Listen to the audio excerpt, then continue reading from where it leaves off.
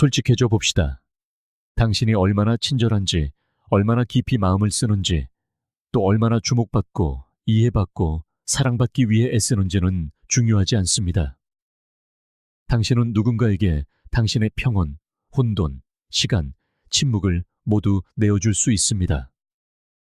늦은 밤까지 깨어 그들의 이야기를 들어주고, 아무도 나타나지 않을 때 그 자리를 지켜주고, 심지어 그들이 내어준 공간에 맞추기 위해 스스로를 움츠릴 수도 있습니다. 하지만 그들은 마치 아무 일도 없었던 것처럼 떠나버립니다. 당신에게 가치가 없어서가 아니라 그들 내면의 무언가가 단 한 번도 움직이지 않았기 때문입니다. 진정한 사랑, 영혼에 뿌리 내리는 그런 사랑은 편안함이나 꾸준함으로 불붙지 않습니다. 그것은 훨씬 더 희귀하고 조용하며 심리적이고 보이지 않는 무언가에 의해 촉발됩니다. 그리고 그 순간이 오기 전까지는 아무리 많은 것을 주어도 결코 충분하지 않을 겁니다. 만약 당신이 쫓는 것을 멈추고 진정한 당신이 될 준비가 되었다면 구독해 주세요. 당신을 위해, 당신이 되어가고 있는 자신을 위해, 그리고 당신을 만나기 위해 기다려온 고요함을 위해서 말입니다. 매일같이 모습을 보이고 한결같고 인내심 있고 따뜻하게 대하면 언젠가 그들이 당신의 가치를 알아줄 것이라고 믿고 싶은 유혹이 듭니다. 충분히 오래 머무르면 익숙함에서 사랑이 자라날 것이라고 말이죠. 하지만 이것은 대부분의 사람들이 관계 속으로 가지고 들어가는 가장 큰 환상 중 하나입니다. 존재감 자체가 의미를 창조한다는 생각 말입니다. 그렇지 않습니다. 감정적 파장이 없는 존재감은 배경 소음일 뿐입니다. 항상 그곳에 있지만 결코 진정으로 느껴지지는 않죠. 당신은 누군가의 바로 옆에 앉아 있으면서도 보이지 않는 존재처럼 느낄 수 있습니다. 친절하게 말해도 무시당할 수 있습니다. 사람들이 기억하는 것은 당신이 곁에 있었다는 사실이 아니라 당신이 곁에 있을 때 그들이 어떻게 느꼈는가입니다. 사랑은 꾸준함만으로 피어나지 않습니다. 사랑은 누군가가 당신의 존재로 인해 변화하고 주목받고 마음이 흔들리고 심지어 혼란스러움을 느끼는 그 순간에 시작됩니다. 칼 융은 이를 완벽하게 표현했습니다. 두 인격의 만남은 두 화학 물질의 접촉과 같다. 어떤 반응이든 일어난다면 둘 다 변형된다. 이것은 즐거움이나 매력에 관한 것이 아닙니다. 이것은 변화에 관한 것입니다. 누군가가 당신과의 대화를 마치고 자신이나 세상을 다르게 보기 시작할 때, 바로 그때 관계는 중요해지기 시작합니다. 그때 존재감은 힘이 됩니다. 하지만 대부분의 사람들은 그저 신뢰할 수 있는 사람이 되는 것에 안주합니다. 그들은 사랑이란 결코 떠나지 않는 사람, 항상 들어주는 사람, 기다려주는 사람이 됨으로써 얻어지는 것이라고 생각합니다. 물론 신뢰성은 아름답고 고귀합니다. 하지만 그것은 사람을 끄는 힘이 아닙니다. 당신은 한결같으면서도 잊힐 수 있습니다. 언제든 만날 수 있는 사람이면서도 간과될 수 있습니다. 항상 그 자리에 있으면서도 결코 진정으로 주목받지 못하는 것에는 조용한 비극이 있습니다. 마음은 반복에 반응하지 않습니다. 마음은 의미에 반응합니다. 내가 아직 여기 있으니 충분한 걸까? 라고 묻는 것을 멈추고 나의 존재는 무엇을 깨우는가? 라고 묻기 시작할 때 당신은 자신의 감정적 가치를 되찾기 시작합니다. 감정적 파장은 요란하지 않습니다. 극적인 제스처나 끊임없는 강렬함에 관한 것이 아닙니다. 그것은 종종 미묘합니다. 당신도 모르게 심어놓은 생각, 오직 당신의 침묵 속에서만 그들이 느끼는 평온, 당신의 눈에 비친 자신의 더 나은 모습을 발견하는 순간 같은 것이죠. 하지만 당신의 존재가 촉매제가 아닌 편의가 되는 순간, 관계는 썩기 시작합니다. 당신은 더 이상 영혼을 흔드는 사람이 아닙니다. 익숙하고 유용하며 당연하게 여겨지는 가구의 일부가 되어버린 것입니다. 이것이 바로 스토아 철학이 우리에게 어떻게 모습을 드러낼지 신중해야 한다고 상기시키는 이유입니다. 마르쿠스 아우렐리우스는 이렇게 썼습니다. 선한 사람이 어떠해야 하는지에 대해 더 이상 시간을 낭비하지 마라. 그저 그런 사람이 되어라. 하지만 깨끗없는 행위를 장려하는 세상에서 진정으로 존재하는 것은 조용한 형태의 반항입니다. 말을 덜 하지만 더 깊이 느껴지는 사람, 다른 사람들의 소음을 방해할 만큼 희귀한 고요함을 만들어내는 사람이 되는 것. 그것이 바로 사람들이 기억하는 것입니다. 당신이 얼마나 시간을 내어주었는지가 아니라 당신이 어떤 영향을 미쳤는지를 말이죠. 대부분의 사람들이 저지르는 실수는 언제든 만날 수 있다는 것이 곧 가치라고 믿는 것입니다. 항상 전화를 받고 안부를 묻고 빨리 용서하고 많은 것을 요구하지 않는 사람이 됨으로써 결국 사랑을 얻게 될 것이라고 생각합니다. 하지만 사랑은 충성도 포인트처럼 쌓아 얻는 것이 아닙니다. 인내에 대한 보상도 아닙니다. 그것은 신성한 무언가에 대한 인식이며 신성함은 과포화가 아닌 공간을 필요로 합니다. 진정으로 받아들여지지 않은 채 너무 많은 것을 주면 당신은 서서히 보이지 않게 됩니다. 당신에게 가치가 없어서가 아니라 당신의 존재에 대비가 없기 때문입니다. 반복 재생되는 노래처럼 결국 가장 아름다운 멜로디조차 배경 소음이 되어버립니다. 영향력에는 날카로운 경계가 필요합니다. 항상 예 라고 말하지 않을 용기가 필요합니다. 공간을 차지하고 당신의 진실을 말하고 평화를 유지하기 위해 당신의 거친 부분을 다듬는 것을 멈춰야 합니다. 깊이 느껴진다는 것은 종종 약간의 파장을 일으키는 것을 의미합니다. 갈등이 아니라 명확함으로 말이죠. 누군가가 당신의 존재가 단순한 위안이 아닌 통찰을 가져다 준다는 것을, 당신의 침묵이 수동적인 것이 아니라 사려 깊다는 것을 알게 될 때, 그들은 당신이 없는 공간에서도 당신을 느끼기 시작합니다. 그것이 바로 오래도록 남는 존재감입니다. 그것이 누군가를 잊을 수 없게 만드는 것입니다. 세네카는 말했습니다. 선물은 행해지거나 주어진 것에 있는 것이 아니라 주는 사람의 의도에 있다. 그리고 당신이 가질 수 있는 가장 강력한 의도는 바로 자각입니다. 당신의 에너지가 무게를 가지고 있다는 사실을 깨닫는 것. 당신이 공간으로 걸어 들어가는 방식, 누군가에게 말하는 방식, 뒤로 물러서거나 다가가기로 선택하는 방식. 그 모든 것이 다른 사람들이 당신을 경험하는 방식을 형성합니다. 침묵을 무의미함과 착각하지 마세요. 고요함을 부재와 혼동하지 마세요. 가장 단단히 뿌리내린 사람들이 종종 가장 깊은 영향을 미칩니다. 들리기 위해 싸우기 때문이 아니라 무시할 수 없는 존재가 되었기 때문입니다. 그러니 만약 당신이 매일같이 모습을 드러내면서도 왜 여전히 중요하지 않게 느껴지는지 궁금해했다면 이제 멈추세요. 당신의 가치를 증명하기 위해 더 많이 주지 마세요. 다르게 주세요. 당신의 존재를 의도적으로 만드세요. 당신의 부재가 결과를 낳게 하세요. 당신의 말에 생각을 담고 당신의 고요함에 힘을 담으세요. 당신은 묵인되기 위해 여기에 있는 것이 아닙니다. 당신은 느껴지기 위해 여기에 있습니다. 그리고 만약 누군가가 당신이 떠났을 때 그 차이를 알아채지 못한다면 그들은 당신이 머물렀을 때 당신의 가치를 결코 진정으로 보지 못했던 것입니다.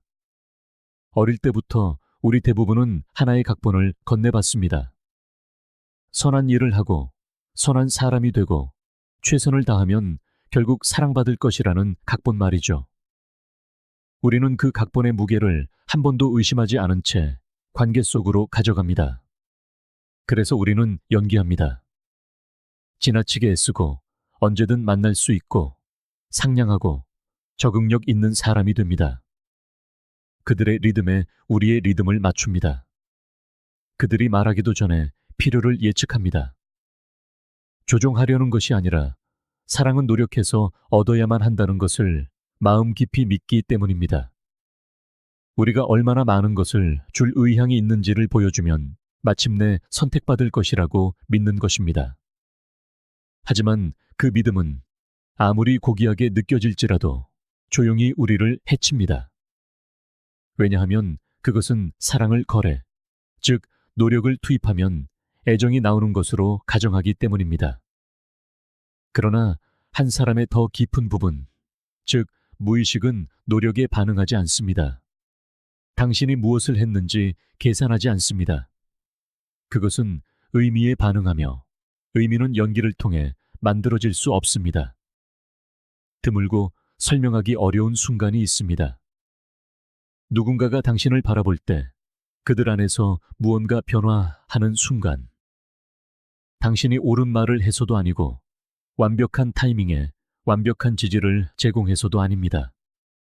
당신의 존재 안에 있는 무언가가 그들 안에 있는지조차 몰랐던 무언가를 건드렸기 때문입니다.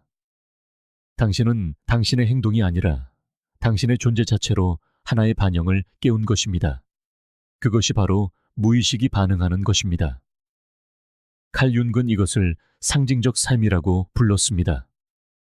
우리가 다른 사람들과 상호작용할 뿐만 아니라 오랫동안 묻혀있던 우리 자신의 부분들과도 상호작용하는 공간 말입니다.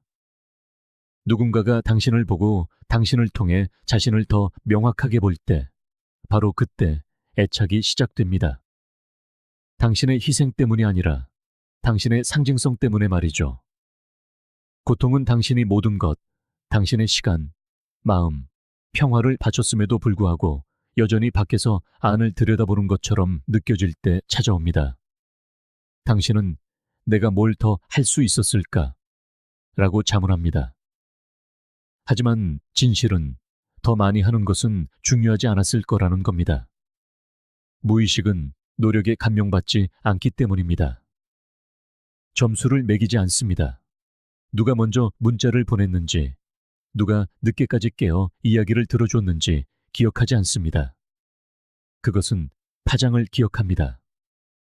당신이 가지고 있는지조차 몰랐던 믿음을 산산조각 낸 어떤 말을 누군가가 조용히 건넸던 순간을 기억합니다.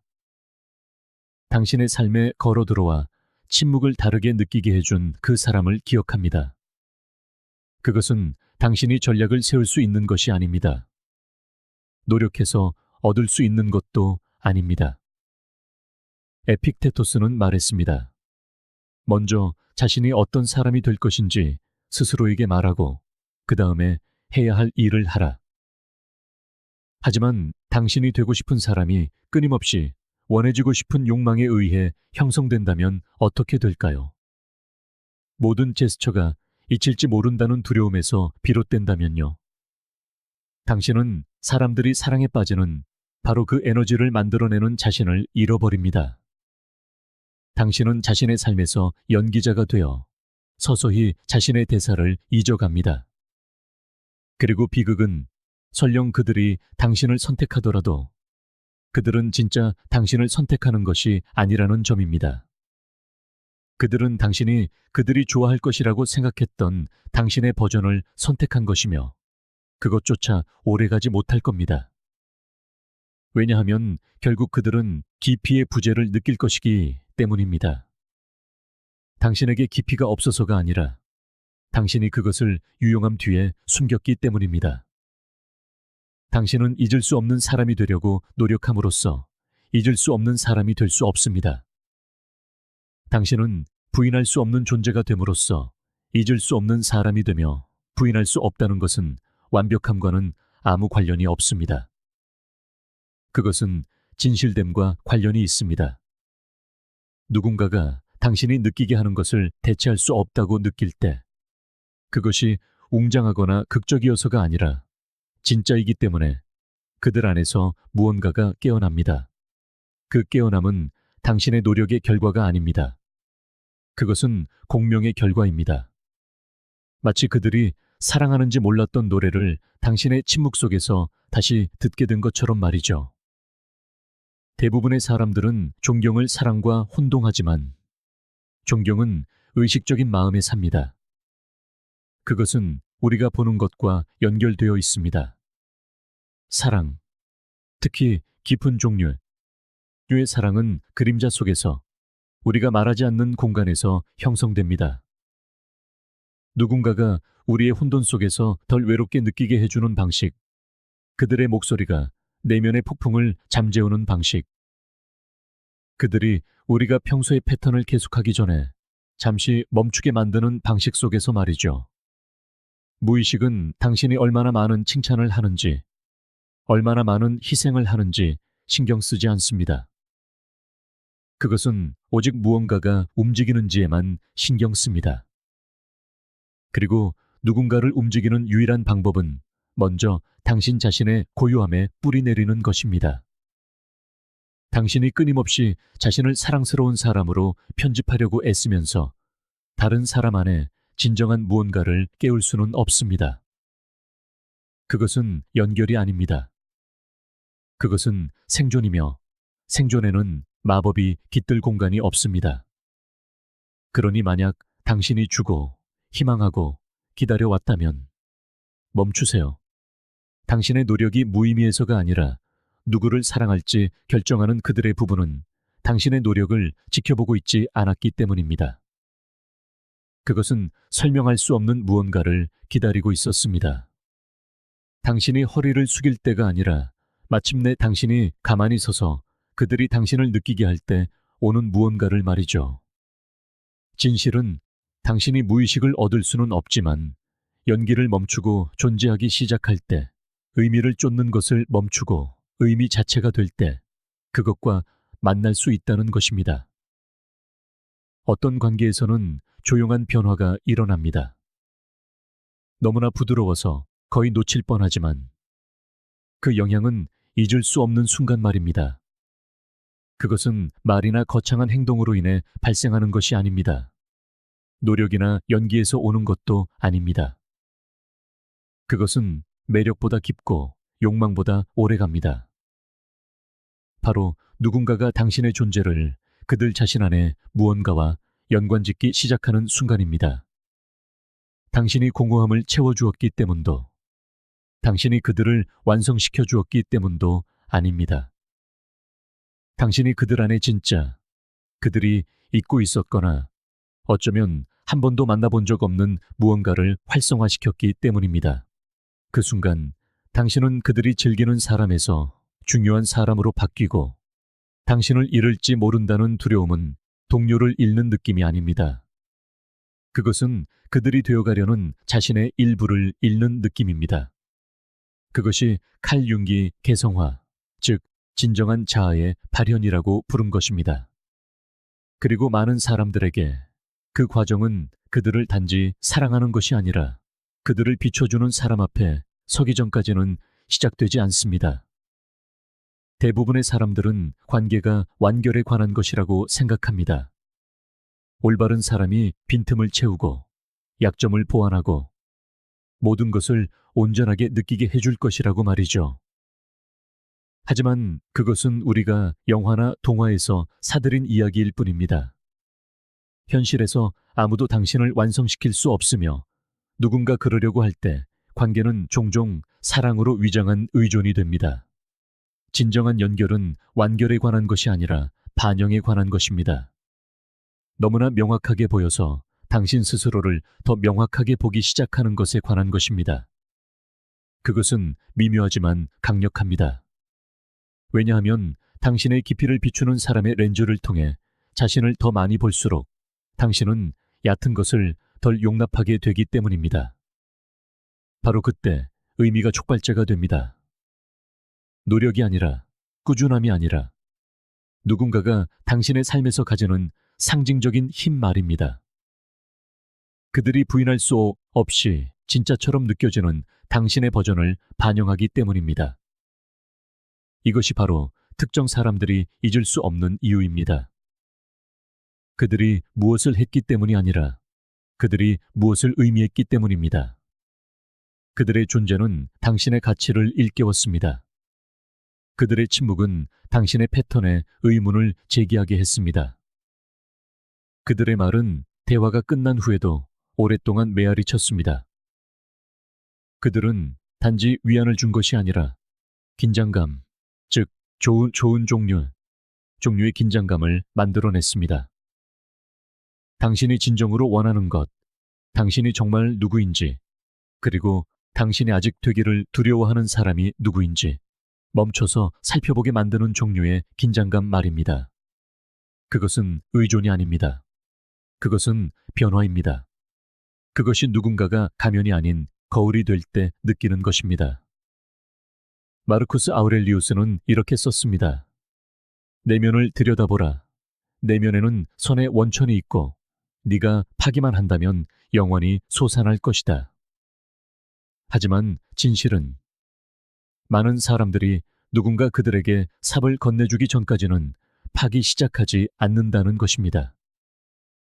누군가가 그들의 삶에 걸어들어와 쉽기 때문이 아니라 진실하기 때문에 집처럼 느껴지는 그들의 버전을 비춰주기 전까지는 말입니다. 그것이 바로 잊을 수 없는 관계가 되는 종류입니다. 완벽해서가 아니라 의미 있었기 때문입니다. 그것은 그들을 자신에게로 밀어붙였고 무의식은 그것을 기억합니다. 이것이 그토록 드문 이유는 대부분의 사람들이 다른 사람들을 위한 이 거울이 될 만큼 자기 자신에게 깊이 뿌리내리고 있지 않기 때문입니다. 그들은 연기하고 적응하고 인정을 쫓느라 너무 바쁩니다.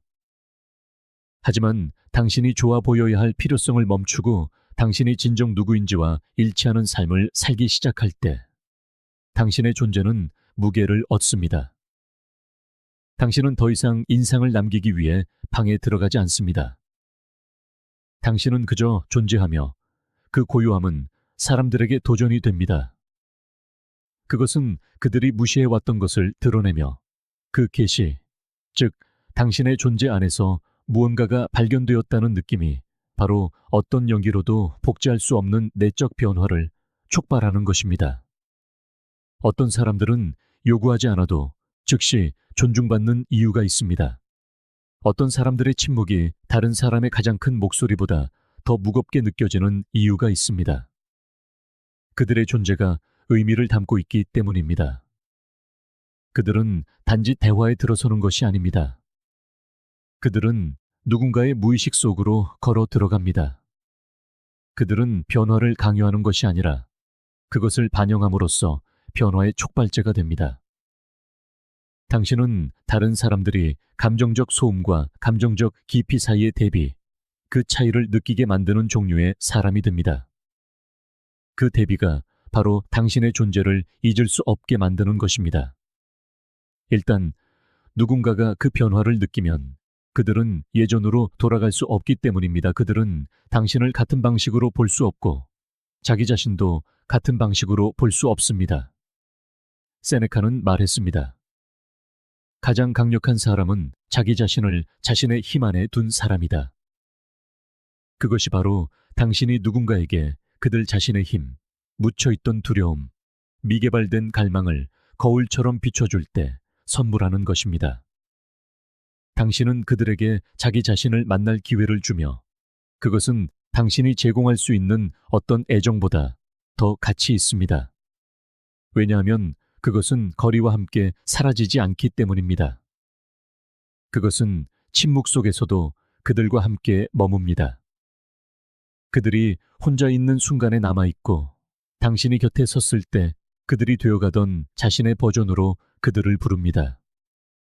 아주 많은 사람들이 모든 것, 즉 관심, 애정, 지지를 주지만 결코 의미 있는 사람이 되지 못합니다. 그들에게 사랑이 부족해서가 아니라 그들의 사랑에 반영이 부족했기 때문입니다. 만약 당신이 단지 호감을 사는 것을 넘어 기억되고 싶다면 완벽해지는 데 집중하지 마세요. 단단히 뿌리내리는 데 집중하세요.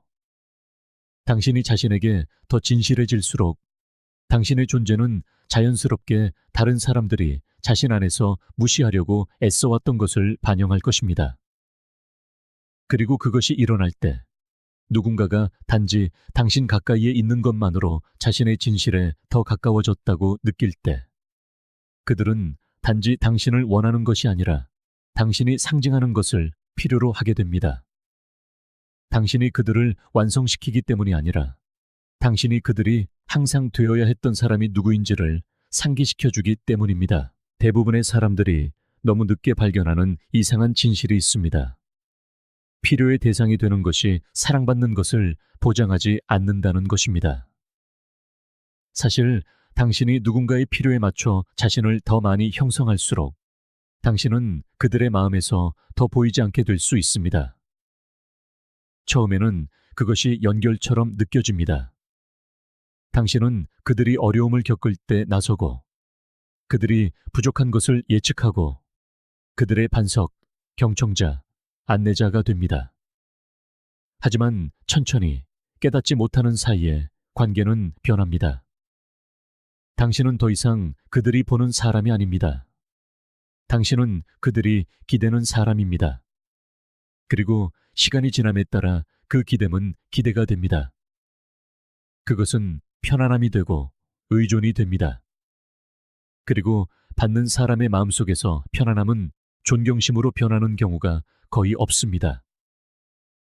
당신이 주는 것은 일상이 되고 당신이 제공하는 것은 배경이 됩니다.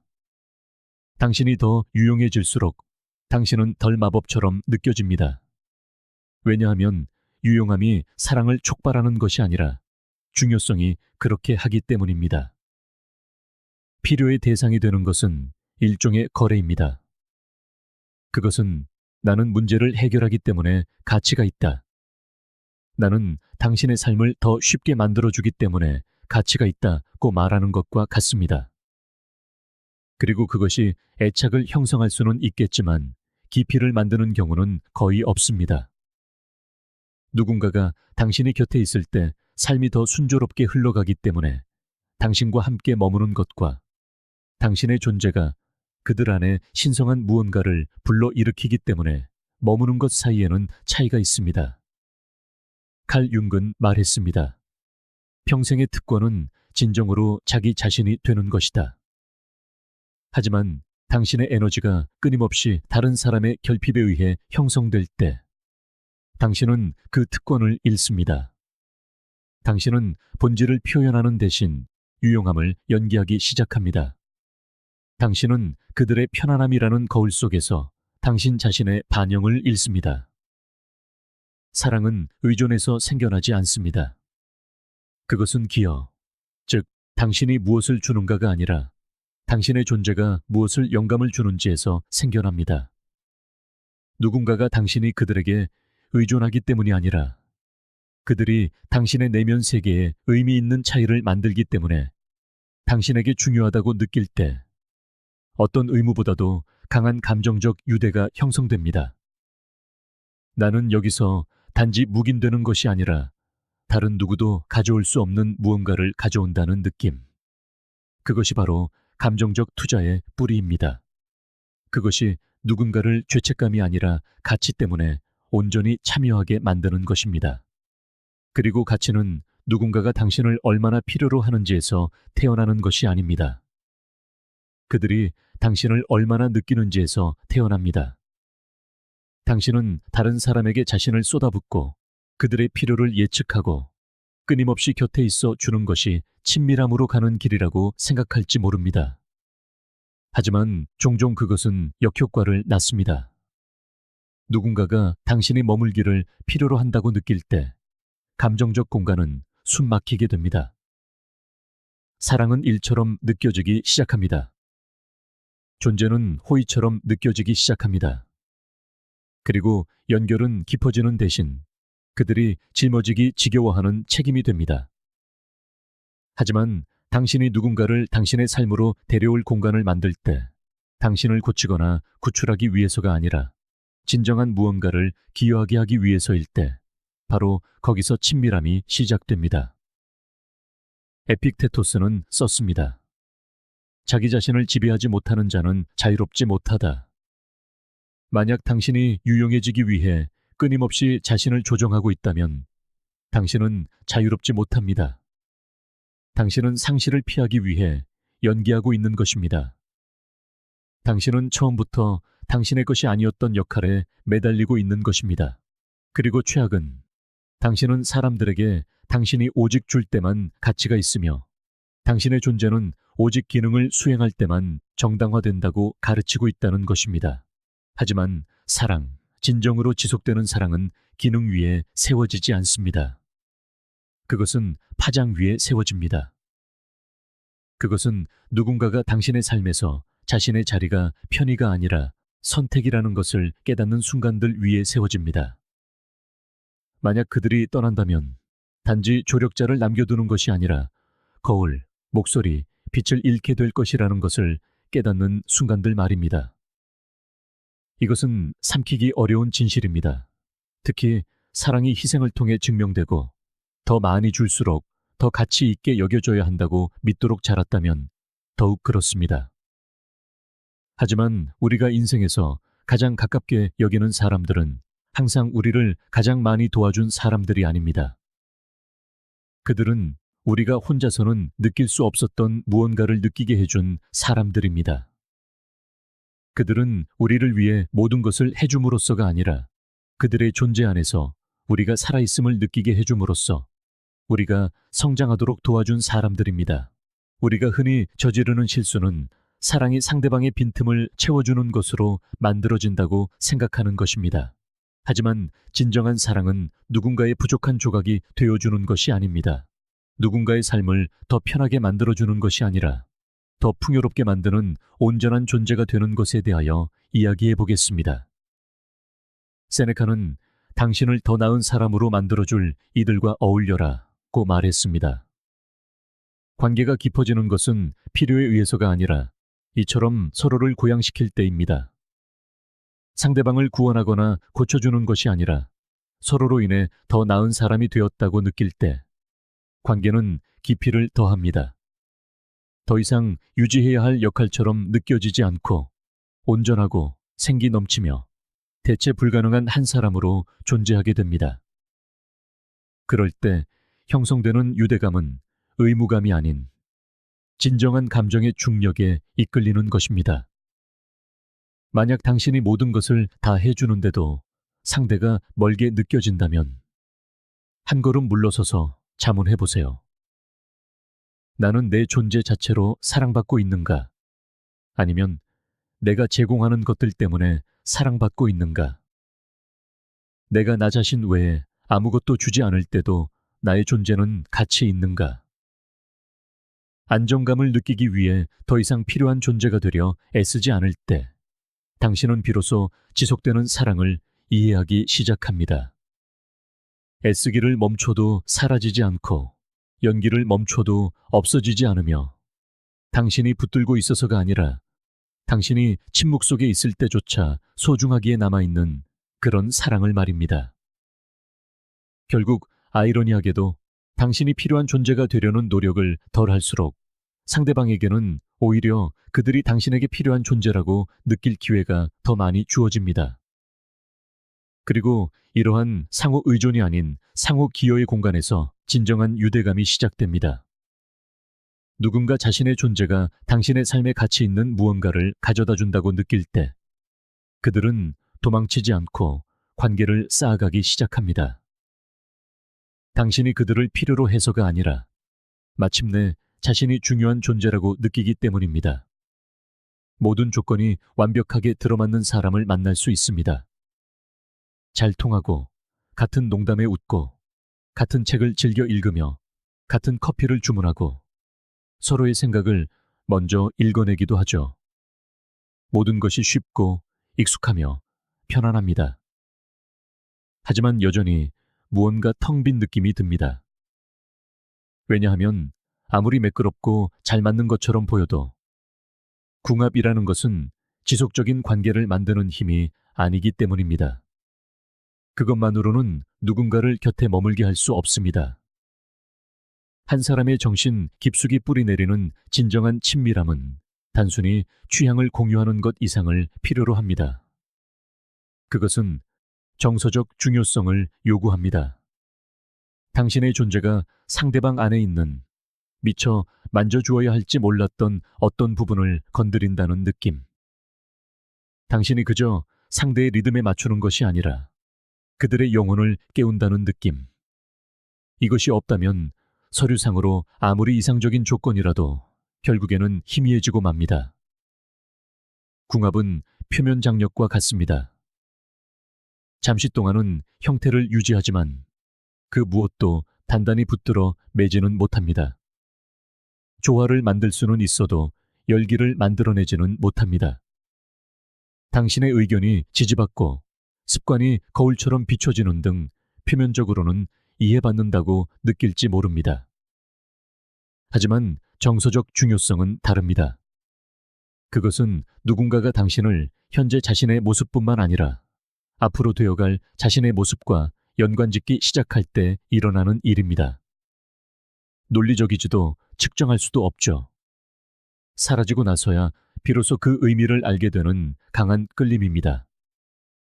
그리고 일단 그 끌림을 느끼면 결코 없었던 일로 할 수 없습니다. 이것이 바로 누군가가 곁에 머물기로 선택하는 것과 당신 없이는 이제 자신에게 필수적인 무언가를 잃게 된다는 것을 깨닫는 것의 차이입니다. 칼 융은 자기 자신을 온전히 받아들이는 것이 가장 두려운 일이다 라고 말하며 이 진실을 이야기했습니다. 하지만 그가 직접 말하지는 않았지만 깊이 함축한 것은 때로는 다른 한 사람이 우리 자신 안에서 우리가 무엇을 거부하고 있는지를 보게 해준다는 사실입니다. 정서적으로 중요한 사람이 된다는 것은 인상적인 사람이 되는 것과는 다릅니다. 그것은 상대가 숨기고 억압하고 외면해온 부분을 조용히 비춰주는 거울과 같은 힘이 되는 것입니다. 누군가 당신의 존재가 자신에 대한 진실을 받아들이거나 마주하게 돕는다고 느낄 때 당신은 파트너나 동반자를 넘어 하나의 상징이 됩니다. 그리고 상징적인 존재에게서는 쉽게 걸어 나올 수 없습니다. 사람들이 가장 잘 맞았던 사람은 잊어도 자기 내면에 무언가를 깨뜨려준 사람은 결코 잊지 못하는 데에는 이유가 있습니다. 두 사람이 완벽하게 어울리지는 않았을 수도 있습니다. 계획이나 인생의 시간표가 달랐을 수도 있죠. 하지만 당신은 그 어떤 일상이나 공유된 취미도 줄 수 없었던 방식으로 중요한 사람이었습니다. 당신은 그들의 감정 어휘의 일부가 된 것입니다. 일단 누군가가 정서적으로 중요한 존재가 되면 세상에 얼마나 많은 선택지가 있는지는 더 이상 중요하지 않습니다. 그 누구도 당신과 똑같은 언어로 말할 수는 없기 때문입니다. 사랑이 조건의 나열로 만들어지는 상품이 아닌 이유가 여기에 있습니다. 사랑은 의미의 결과물입니다. 세네카는 우리에게 주어진 시간이 짧은 것이 아니라 우리가 너무 많은 시간을 낭비하는 것이다 라고 말했습니다. 그리고 우리가 시간을 낭비하는 가장 비극적인 방식 중 하나는 단기적인 궁합 위에 장기적인 관계를 쌓으려고 애쓰는 것입니다. 우리는 자신의 일정, 가치관, 생활 방식에 맞는 사람을 찾으면서 감정이 없다면 그 모든 것이 무의미하다는 사실을 잊어버립니다. 만약 누군가가 당신에게 정서적으로 감동하지 않는다면 다른 모든 것이 완벽하게 들어맞더라도 결국 떠나갈 방법을 찾을 것입니다. 사람은 논리가 아니라 그들이 받은 영향력에 따라 선택하기 때문입니다. 어떤 연애 조언도 제대로 가르쳐주지 않는 부분이 바로 이것입니다. 누군가가 밤새 당신을 생각하게 만드는 것은 당신들의 가치관이 얼마나 잘 맞는지가 아닙니다. 그것은 당신이 그들에게 익숙하지 않은 예상치 못한 무언가를 느끼게 만들었다는 사실입니다. 당신은 그들이 아직 만나보지 못했던 자기 자신의 모습을 소개해 주었고 너무 오랫동안 잠잠했던 감정의 물결을 일으켰습니다. 당신은 그저 그들의 말을 들어준 것이 아닙니다. 위험하면서도 동시에 위안이 되는 방식으로 그들을 이해해 주었습니다. 이것이 바로 쉽게 끊어지지 않는 유대감을 만드는 것입니다. 하지만 우리는 상냥한 사람이 되려고 함께하기 쉬운 사람이라는 것을 증명하려고 너무 많은 시간을 쏟습니다. 우리는 자신의 복잡성을 축소하고 모난 부분을 다듬으며 가벼운 관계를 유지하기 위해 진실을 뒤로 미룹니다. 그러나 정서적 중요성은 상냥함에서 오는 것이 아닙니다. 그것은 진실함에서 옵니다. 당신 자신의 이야기에 단단히 뿌리 내리고 그 진실이 당신의 말투, 눈빛, 존재 방식 전체에 울려 퍼지게 할 때 생겨납니다. 누군가 그 에너지를 감지하면 그들은 단지 한 사람을 보는 것이 아니라 하나의 문턱, 하나의 전환점을 보게 됩니다.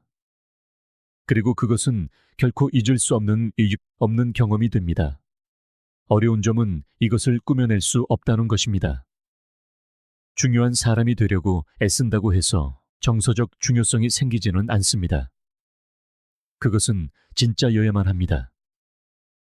관심을 얻기 위해 자신의 깊이를 숨기지 않는 사람이 됨으로써 당신은 비로소 중요한 존재가 됩니다. 마르쿠스 아우렐리우스는 영혼은 생각의 빛깔로 물든다고 썼습니다. 당신이 자신의 중심에서 생각하고 말하고 행동하며 더 정직하게 살아갈수록 당신의 존재는 다른 사람들도 그렇게 하도록 이끄는 촉매제가 됩니다. 이것이 바로 당신을 정서적으로 강력하게 만드는 것입니다. 외모도, 매력도, 궁합도 아닌 당신의 명료함 말입니다. 그러니 만약 당신이 모든 것을 올바르게 했는데도 결국 버림받았다고 느낀다면 어쩌면 당신에게 무언가 잘못이 있었기 때문이 아닐지도 모릅니다. 어쩌면 그들이 내면의 변화를 느끼지 못했을 뿐일지도 모릅니다. 당신은 말이 통하는 사람이었지만 그들 안에 무언가를 흔들어 깨우지는 못했습니다. 그들은 좋은 사람을 보았지만 당신 안에서 자기 자신을 보지는 못했습니다. 그리고 그것은 당신의 잘못이 아닐 수 있습니다. 당신은 누군가가 감동받을 준비가 되었는지를 통제할 수 없기 때문입니다. 당신이 통제할 수 있는 것은 오직 위안만이 아닌 의미를 지닌 사람으로 존재하는가 하는 것뿐입니다. 결국 사람들은 자신이 살아있다고 느끼는 곳, 도전받고 성장하는 방식으로 이해받는다고 느끼는 곳, 관계가 그저 딱 맞는 것을 넘어 자신을 확장시켜주는 곳에 머뭅니다. 그리고 당신은 궁합을 좇는 것을 멈추고 깊이를 체화하기 시작할 때 바로 그런 존재가 됩니다. 선택받기 위해서가 아니라 그것이 바로 당신 자신이기 때문입니다. 그리고 마침내 누군가가 그것을 알아볼 때 단지 당신을 보는 것이 아니라 당신을 통해 자기 자신을 보게 될 때 그들은 당신을 놓지 않습니다. 당신이 촉발시킨 감정은 당신 자신보다 더 커져 그들 이야기의 일부가 되기 때문입니다. 우리는 종종 존재하는 것, 곁에 있어 주는 것, 신뢰를 주는 것, 눈에 띄는 것에 모든 에너지를 쏟습니다. 충분히 곁에 있어 주고, 충분히 관대하며, 충분히 한결같으면 누군가가 마침내 우리의 가치를 알아줄 것이라고 믿습니다. 그래서 우리는 머물고 주고 다른 사람에게 자신을 쏟아붓습니다. 그 존재감이 결국 가치로 이어지기를 바라면서 말이죠. 하지만 존재감만으로는 당신의 힘을 정의할 수 없습니다. 당신의 힘을 정의하는 것은 바로 부재, 즉 빈 공간뿐만 아니라 메아리를 남기는 부재입니다. 당신이 한 걸음 물러났을 때 공기의 흐름이 바뀌나요? 아니면 당신이 처음부터 없었던 것처럼 모든 것이 그대로인가요? 그 질문이 모든 것을 말해줍니다. 당신의 부재가 눈에 띄지 않는다면 당신의 존재는 결코 진정으로 느껴진 적이 없었던 것입니다. 대부분의 사람들은 정서적 거리감에 직면했을 때 더 강하게 다가서는 것으로 반응합니다. 더 많이 주고, 더 많이 소통하고, 침묵이 의미할지 모를 무언가가 두려워 그 공간을 소음으로 채웁니다. 하지만 때로는 당신이 할 수 있는 가장 강력한 일은 더 크게 사랑하는 것이 아닙니다. 그것은 조용해지는 것, 아무런 소란 없이 한 걸음 물러나는 것, 당신의 에너지를 더 이상 존중하지 않는 곳에서 거두어 들이는 것입니다. 공간은 모든 것을 드러내기 때문입니다. 그것은 당신의 존재가 진정으로 무엇을 의미했는지를 보여줍니다. 만약 그들이 당신 없이도 똑같이 편안하게 숨을 쉴 수 있다면, 당신의 침묵 속에서 아무것도 바뀌지 않는다면, 당신이 가져다 준 것은 영향력이 아니라 그저 편안함이었을 뿐입니다. 칼 융은 무의식을 의식화하기 전까지 그것이 당신의 삶을 지배하고 당신은 그것을 운명이라 부를 것이다 라고 말했습니다. 이 말은 관계의 영역에서 더없이 진실됩니다. 때로는 당신의 물러섬이 바로 그 무의식을 수면 위로 끌어올리는 계기가 됩니다. 당신이 더 이상 그곳에 없을 때 비로소 누군가는 당신이 짊어지고 있던 무게를 느끼기 시작합니다. 조용한 아침이 더 춥게 느껴지고 대화는 더 몸이 건조해집니다. 삶은 계속되지만 무언가 불완전하게 느껴집니다. 그들은 그 이유를 설명할 수 없습니다. 논리적인 것이 아니라 감정적이고 무의식적인 것이기 때문입니다. 이것이 바로 호감을 사는 것과 그리움의 대상이 되는 것의 차이입니다. 전자는 쉽게 사라지지만 후자는 오래도록 남습니다. 우리는 정서적 대비가 지닌 가치를 과소평가하는 경향이 있습니다. 끊임없이 연결된 세상에서 사람들은 다른 사람의 부재를 느낄 기회가 거의 없습니다. 하지만 대비야말로 본질을 드러냅니다. 달콤한 순간이 달콤한 이유는 우리가 쓴맛을 알기 때문입니다. 빛이 따뜻하게 느껴지는 이유는 우리가 그림자 속에 서 본 적이 있기 때문입니다. 인간관계도 마찬가지입니다. 당신의 존재가 대비를 만들어내지 못한다면 당신의 부재 또한 그러할 것입니다. 바로 이 지점에서 많은 사람들이 자신의 가치를 오해합니다. 그들은 누군가에게 모든 것이 되어주는 것이 대체 불가능한 존재가 되는 것이라고 가정합니다. 하지만 진정한 대체 불가능함은 당신이 얼마나 많이 주느냐에 따라 만들어지는 것이 아닙니다. 그것은 당신이 그것을 거두었을 때 남기는 공백 위에 세워집니다. 텅 비어서가 아니라 한때 가득 차 있었기에 아픈 침묵이 있습니다. 그리고 누군가가 당신이 떠난 후 그런 종류의 주의 침묵을 느낄 때 그들은 단지 당신의 말이나 행동을 기억하는 것이 아닙니다. 그들은 그 느낌, 즉 이해받고 존중받고 안정감을 느꼈던 그 감정을 기억합니다. 그것이 바로 견딜 수 없는 것이 됩니다. 그제야 그들은 그것이 편리함이나 동반자 관계의 문제가 아니라 의미의 문제였음을 깨닫습니다. 에픽테토스는 자신이 무엇인지 알지 못하는 자는 마땅히 되어야 할 존재가 될 수 없다고 썼습니다.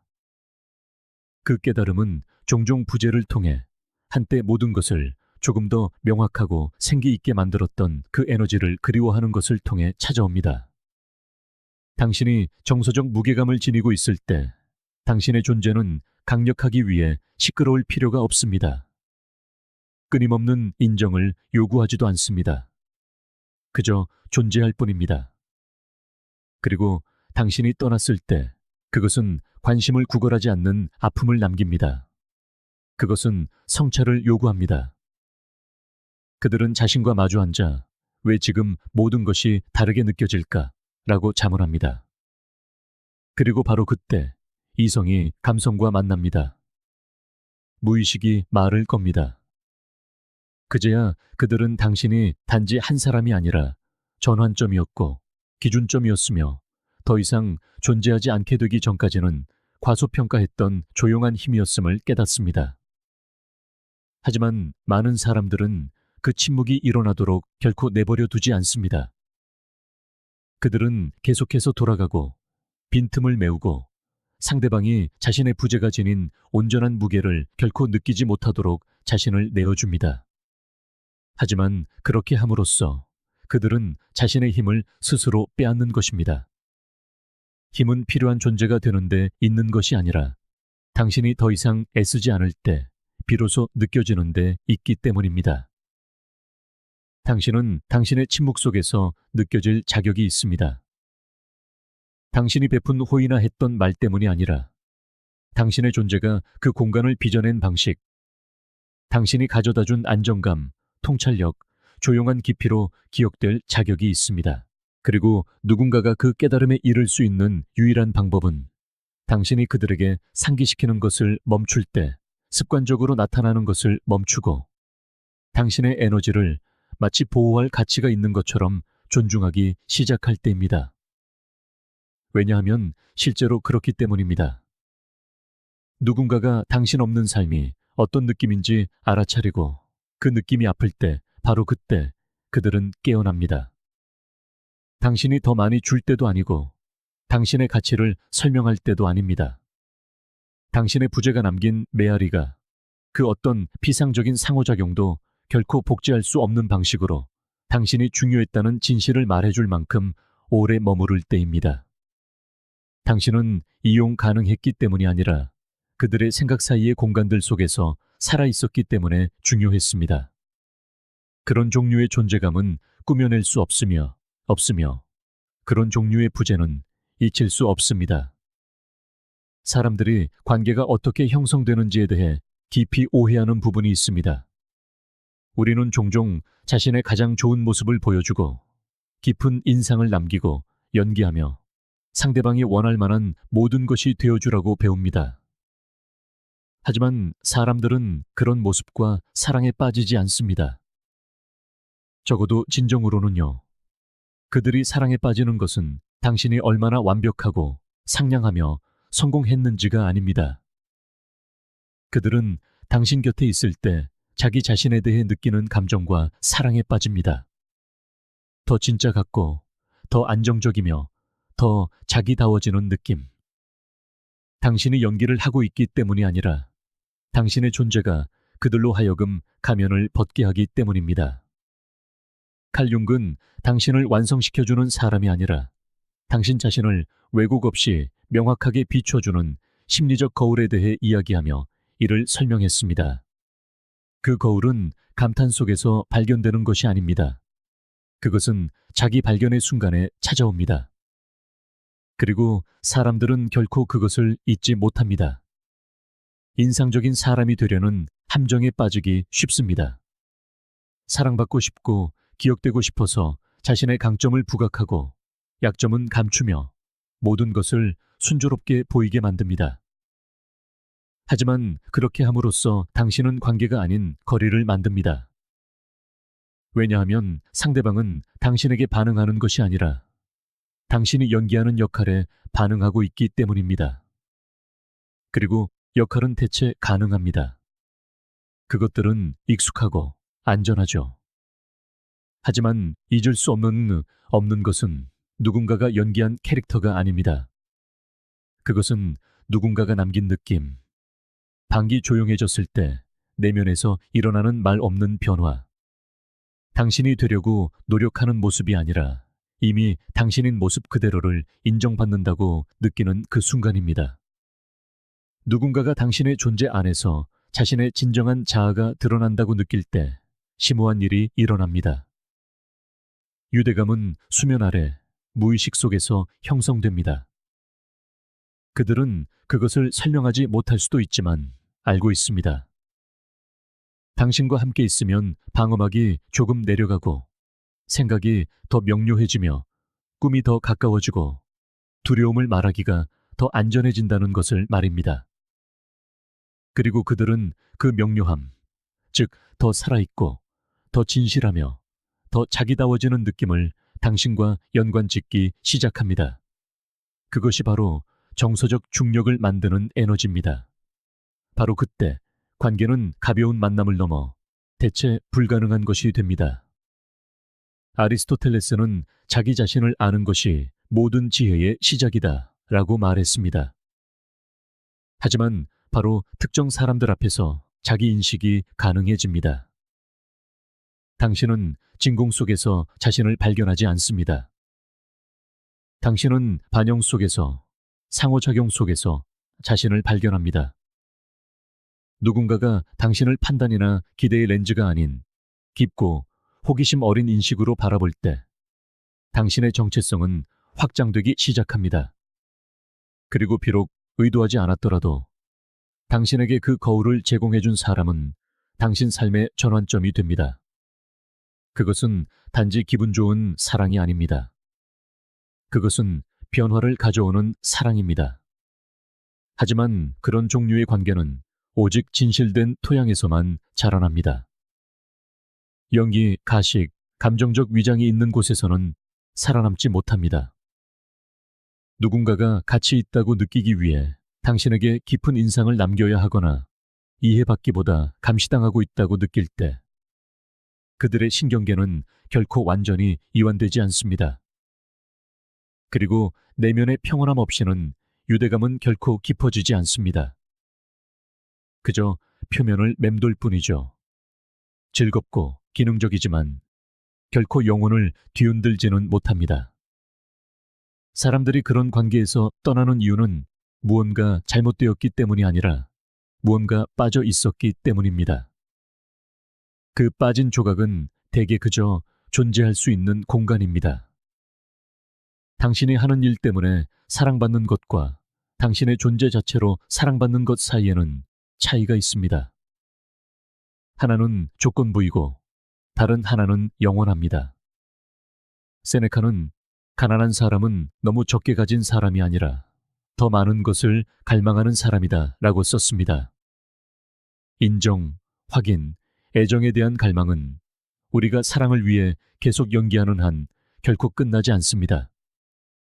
설령 그것을 받더라도 우리는 항상 잃을 것을 두려워하기 때문입니다. 진정한 평화는 그 사랑이 우리가 갈고 닦은 모습이 아니라 우리가 드러나도록 허락한 자아를 위한 것임을 알 때 찾아옵니다. 그리고 그 이상으로 우리가 그들이 자신의 자아를 발견하도록 도왔을 때 찾아옵니다. 우리가 결코 잊지 못하는 사람들은 모든 것을 완벽하게 갖춘 사람들이 거의 없습니다.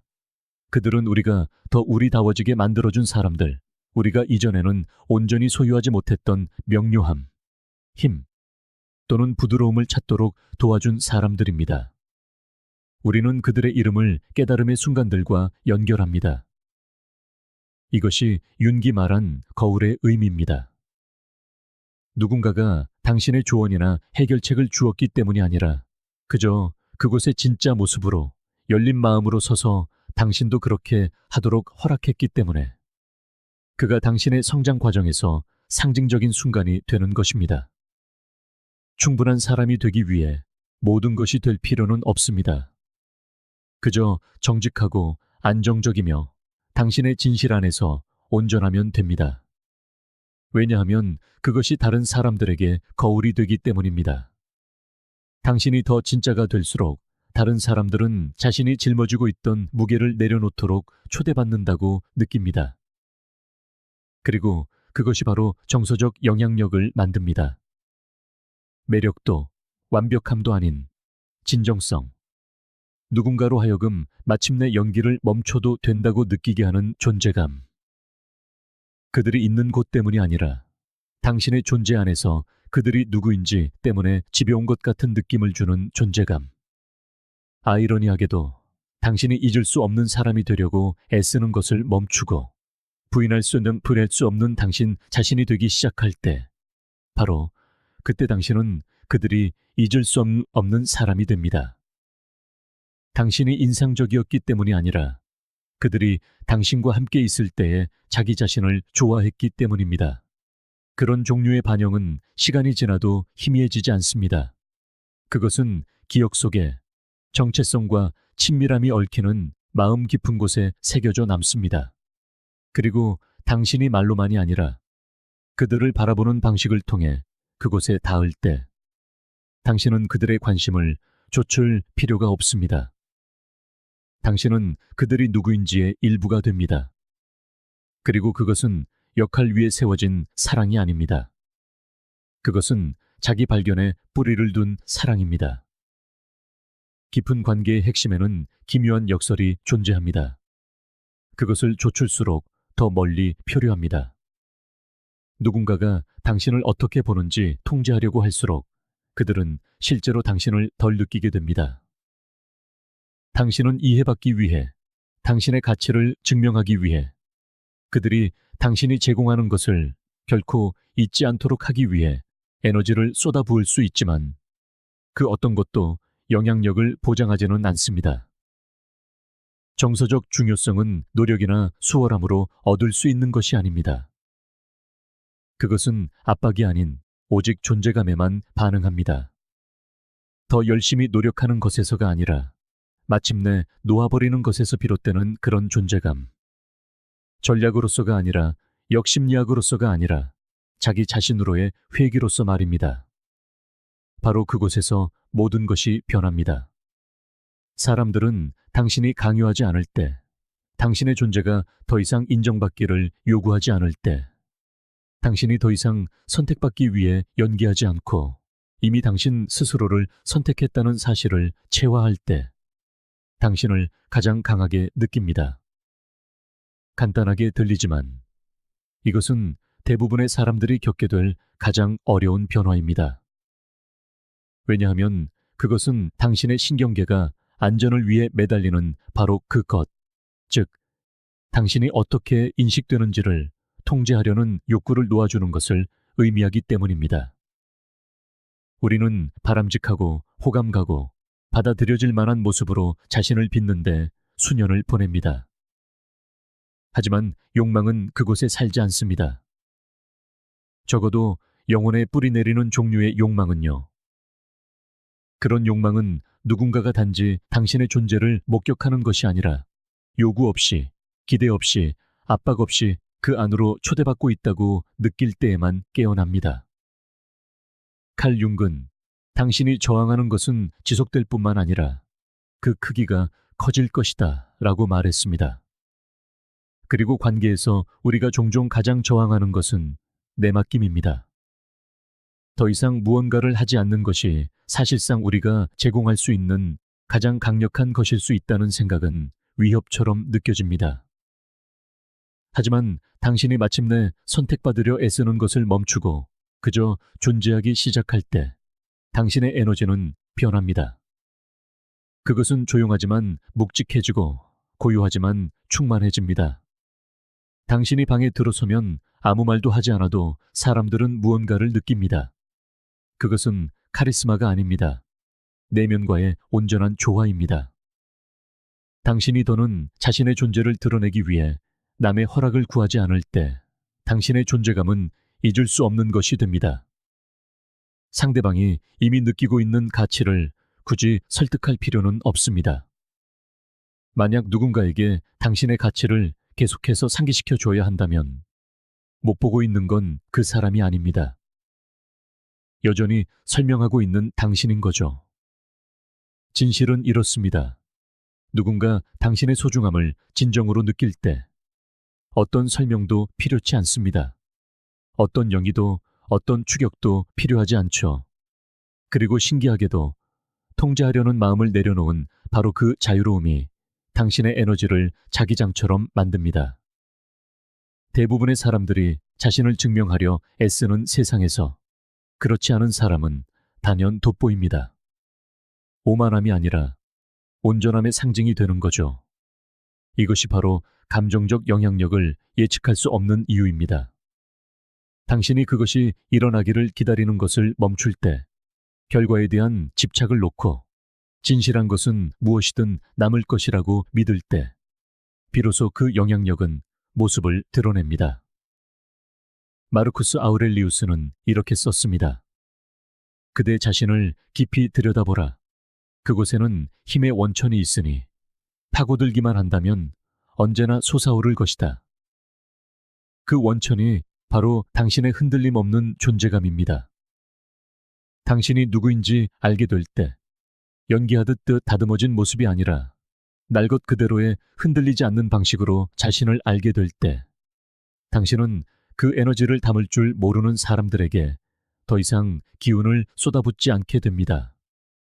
그리고 그 응축된 에너지, 그 깊고 고요한 내면의 알문, 당신이 하는 그 어떤 말이나 행동보다 훨씬 더 멀리까지 느껴집니다. 대부분의 사람들은 놓아주는 것을 포기하는 것과 혼동합니다. 하지만 놓아준다는 것은 떠나는 것이 아니라 그 자리에 굳건히 서는 것입니다. 움츠러들기를 거부하고 쫓아가기를 거부하며 당신의 침묵이 그 어떤 노력으로도 전할 수 없었던 말을 하게 두는 것이죠. 선택받으려는 노력을 놓아버릴 때 당신은 다른 사람들에게 당신을 선택하고 싶다는 사실을 깨달을 공간을 주기 때문입니다. 만약 그들이 그러지 않더라도 그것은 상실이 아니라 명확함입니다. 당신은 누군가를 잃은 게 아닙니다. 당신의 가치가 무엇에 달려 있는지에 대해 스스로에게 들려주던 이야기를 잃었을 뿐입니다. 그리고 그것은 거절이 아니라 해방입니다. 당신의 존재에서 의미를 찾으라고 누군가를 강요할 수는 없습니다. 깊이를 느끼도록 조종할 수도 없죠. 하지만 당신 자신의 에너지를 너무나 단단하게 붙들고 있어서 준비된 사람이라면 당신 곁에 서는 순간 그것을 느끼게 할 수는 있습니다. 그들은 그 차이를, 즉 인정받아야만 하는 다른 모든 사람들과 당신의 그 대조적인 차이를 느끼게 될 겁니다. 당신은 당신이 중요하다는 것을 증명하기 위해 여기에 있는 것이 아닙니다. 그것을 온몸으로 구현하기 위해 여기에 있습니다. 그리고 그렇게 할 때 당신은 더 이상 군중 속의 한 사람이 아닙니다. 당신은 하나의 신호가 되고 거울이 되며 당신이 방을 떠난 후에도 오랫동안 남는 존재가 됩니다. 플라톤은 이렇게 말했습니다. 한 사람의 척도는 그가 힘을 가졌을 때 무엇을 하는가에 있다. 그리고 관계의 세계에서 진정한 힘은 바로 절제력입니다. 애원하지 않는 절제, 강요하지 않는 힘, 쫓아가지 않는 용기. 상대방이 진실 안에서 당신을 만나든 그러지 않든 그럴 공간을 허락하고 어떤 경우에도 중심을 잃지 않는 것. 그런 종류의 고요함에는 중력이 있습니다. 그것은 전략이나 매력 때문이 아니라 사람들이 스스로 되고 싶어하는 무언가를 비추기 때문에 사람들을 끌어당깁니다. 당신의 존재는 자만심이 아닌 에너지의 차원에서 다른 이들이 닮고 싶어하는 선망의 대상이 됩니다. 당신은 소음으로 가득한 세상에서 평화를 상징하게 됩니다. 결국 모든 것의 중심에는 이런 역설이 존재합니다. 당신이 누군가에게 정서적으로 중요한 존재가 되는 순간은 바로 그렇게 되려는 노력을 멈추는 순간이라는 것. 붙잡고 설명하고 맞추려 애쓰는 것을 멈추고 그저 당신 자신의 존재 자체로 충만하게 존재할 때, 바로 그때 상대방은 그 차이를 느낍니다. 사랑을 연기할 때가 아니라 당신 자신이 사랑 그 자체가 될 때, 더 많은 것을 할 때가 아니라 당신 자신에게로 돌아와 더 큰 존재가 되었을 때, 그리고 그 회귀 속에서 당신은 잊을 수 없는 사람이 됩니다. 관계를 쫓았기 때문이 아니라 사람들이 곁에서 사라지고 나서야 비로소 그리워하게 되는 그런 존재가 되었기 때문입니다. 누군가의 마음에 억지로 비집고 들어갈 필요는 없습니다. 그저 당신이라는 존재에 너무나 깊이 뿌리내려서 당신의 부재가 그 어떤 노력보다 더 큰 목소리를 내게 하면 됩니다. 올바른 사람들은 그것을 느낄 것입니다. 당신이 그들을 쫓았기 때문이 아니라 당신이 그저 존재하는 것이 무엇을 의미하는지 보여주었기 때문입니다. 만약 이 이야기가 당신의 깊은 곳을 울렸다면 더 많은 것들이 당신을 기다리고 있습니다. 지금 화면에 보이는 영상 중 하나를 선택해 저희와 함께 이 길을 계속 걸어가 주세요. 스토익 저널과 함께 해주셔서 감사합니다.